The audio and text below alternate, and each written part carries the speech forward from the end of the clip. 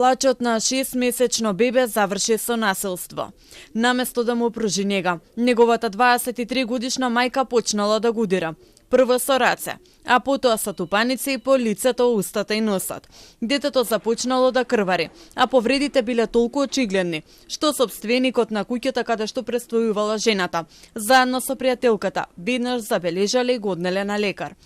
Во болницата лекарите констатирале дека на телото на бебето имало свежи модринки, но и стари, кои укажувале дека ова насилство не било првпат.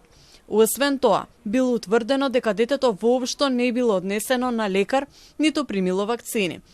Според истрагата, мајката намерно го избегнала тоа, за да ги сокрие трагите од насилството.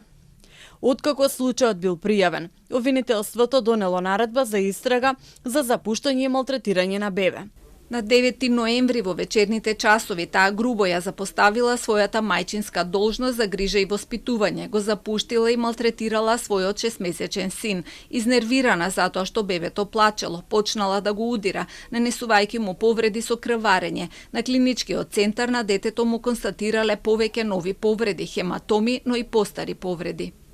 За осомничената мајка обвинителството бара притвор. Детето е згрижено преку Центарот за социјални работи, а неговиот друг родител не е познат на службите. Пред неколку месеци, 28 годишен скопјанец ја удираше неговата 4 годишна ќерка. Видеотепањето сподели неговата сопруга на социјалните мрежи.